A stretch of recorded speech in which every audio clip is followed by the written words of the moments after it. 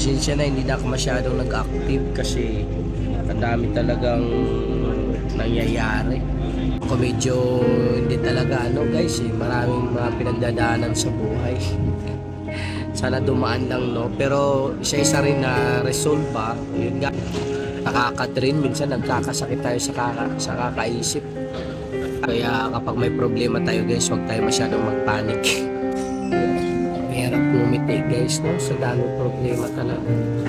So pag-usapan na lang natin guys, kung nandiyan kayo, ay tama pa ba? O tama ba itong desisyon na ginagawa ko sa ngayon na pansamantalang mag-isa muna sa buhay at wag mo na intindihin ang mga problema.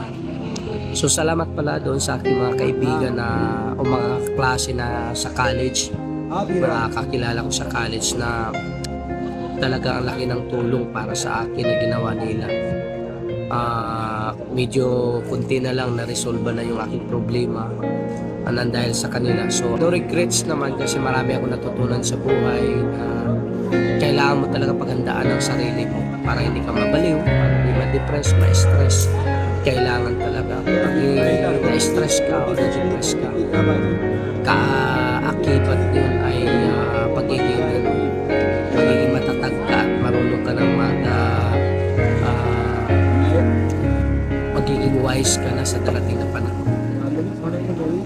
So talagang sobra yung aking stress ng mga nangyayari.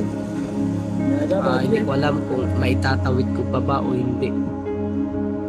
Hindi ko alam kung ako lang ba yung pinagluloko, ako lang ba yung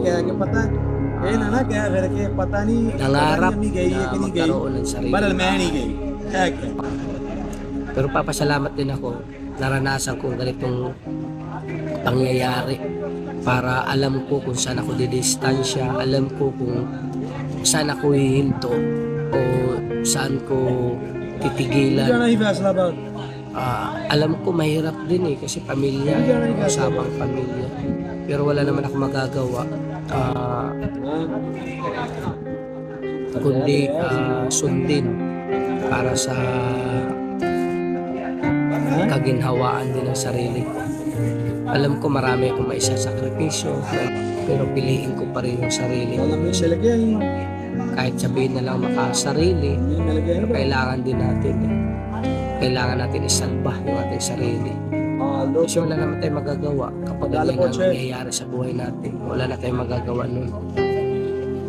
Kailangan mo lang maisalba yung sarili mo, magiging matatag, magiging mag-isip ng mas malalim na dahilan kung bakit. Huwag kayo guys malungkot o huwag kayong iyak lang ng iyak o wala tayong magagawa. Tanggapin, dahan-dahan tanggapin, dahan-dahanin sa Diyos. Talagang mangyayari sa buhay natin bilang sa OFW. Pero isipin lagi natin ang ating sarili na isalba kaysa naman manulong tayo sa kalungkutan, manulong tayo sa pagsasakripisyo na mawawala lang. Tandaan nyo guys, ang mga pagsasakripisyo natin ay hindi tungkol sa pera o na ibibigay natin sa pamilya natin. Yung pagsasakripisyo pa lang natin na paglayo sa kanila ay malaking bagay na yun na para sana maisip nila kung gaano kahirap yung ating pagsasakripisyo, yung ating mga desisyon na isang tabi muna natin ang ating kaligayahan, ang ating sarili para lang sa kanila. Pero kapag yan nababaliwala at hindi nila nabigyan ng halaga, tapos sila pa yung dahilan ng paghihirap mo, sa pang dahilan na madidepress ka at may stress, mas maaga pa, mas maganda pa, putulin mo na agad mas maaga. Masakit dahil iba-iba naman tayong status ng buhay, iba-iba naman tayo ng katatagan ng buhay, pero kailangan natin pag-aralan. Kasi baka bandang sa huli, na alam mo naman yung punot dulo na hindi na mangyayari na maganda, tapos hinahayaan mo lang para nagbabaka sakaling magbago pa. Tapos ang ending pala, ikaw lang pala nakapag-isip ng gano'n.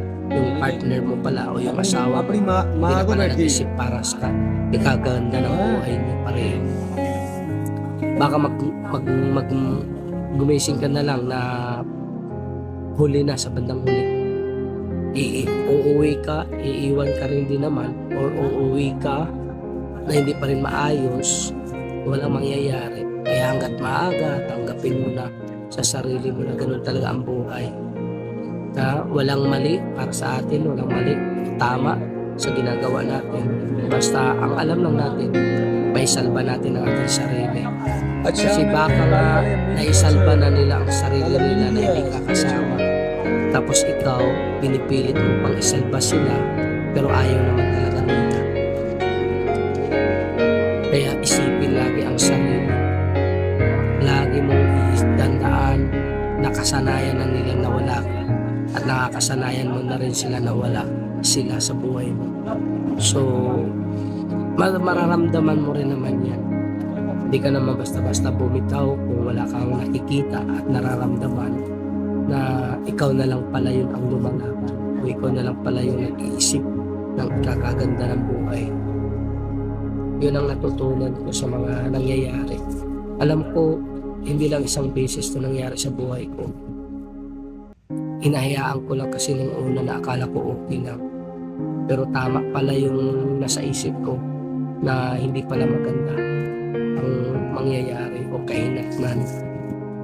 Kung alam ko lang, matagal ko na lang sana, hindi ko na lang hinahayaan na mangyari ito ulit sa buhay ko. Pero dahil alam ko na at ito ulit nangyayari, hindi na ikakagulat. Pero sana nga itong pagbitaw, itong pag-ayaw ay wala tayong pagsisihan. Kasi hanggat maaga, kasi marami rin akong nakikita mga OFW, pag uwi nila walang-wala sila. Lalong-lalo na yung mga OFW na handang tumulong sa mga pamangkin, sa mga kapatid, sa mga magulang, tapos nababaliwala lang. Pag uwi nila, hindi na nila kaya magtrabaho. Pag uwi nila, may mga kapansanan na sila. Hindi naman sila maaalalayan. At ni isa sa mga kaibigan mo, wala naman dumalaw. Kaya para sa akin, hanggat maaga, maisalba mo yung sarili. Maisalba natin ang ating sarili. Huwag natin hayaan tayo na mismo ang makaranas ng ganun pangyayari sa buhay natin. Alam ko magiging selfish tayo. Alam ko ang pangit pakinggan. Pero in reality at yun ang magiging katotohanan ng mga OFW. Lulungkot ako dahil alam ko sa sarili ko na halos araw-araw ko nilalaban ang aking sarili na meron sana akong paghuhugutan ng lakas yun ang ating pamilya, pero minsan lang naman tayo napapansin ang ating sariling pamilya. Sino ba dito araw-araw tayo pinupumusta? Di ba? Kung hindi yung asawa natin, mga anak ba natin? Di ba? O yung minsan mga magulang ba natin, kinukumusta ba tayo? Tayo ba ay inaalala? Tayo ba ay ilang beses lang ba sa isang buwan tayo kinukumusta? Baka nga nakalimutan nila isang buwan, hindi pa. Alam ko naman ay ang pangit lang, di ba? Na isipin na sana unahin din nyo kami. Sana pag-isipan din nyo kami. Pero tulad ng sinasabi ko lagi sa inyo, lagi nyong ang sarili, lagi nyong inuuna yung sarili nyo bago mahuli ang lahat na baka sabihin nyo. Sana narinig ko na noon yung mga pinagsasabi ni host, kasi danas ko rin yan sa buhay na lagi ko sinasabi, inuuna ko sila, pinag-iisipan ko kung birthday nila, nag-isip ako sa kanila kung ano maibibigay ko. Lagi kong ganoon ang isip ko dati. Birthday na pala ng kapatid ko, birthday na pala ng ganito. Lagi kong iniisip. Kahit sa kaibigan ko, minsan iniisip ko na rin. Pero ikaw, minsan sa sarili mo, wala.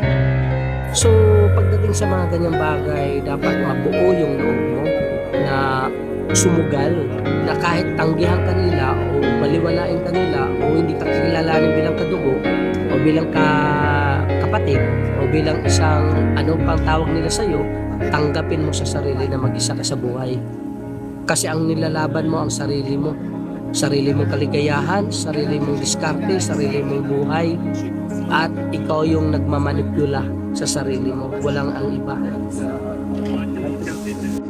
Kaya minsan masakit talaga isipin kung bakit tayo mismo ang tumulong, ang walang nagbabago sa buhay natin. Meron ba? Di ba? Dahil sa sobra nating bigay ng bigay, tayo ang napag-iwanan. Magugulat ka na lang, darating ang araw, masakit na yung katawan mo, hindi mo na kaya magtrabaho, magugulat ka na lang, ang bilis pala ng panahon, no? Tapos wala akong narating. Anong ginagawa ko sa buhay? Bakit nangyari to? Bakit ganito nangyayari sa buhay ko?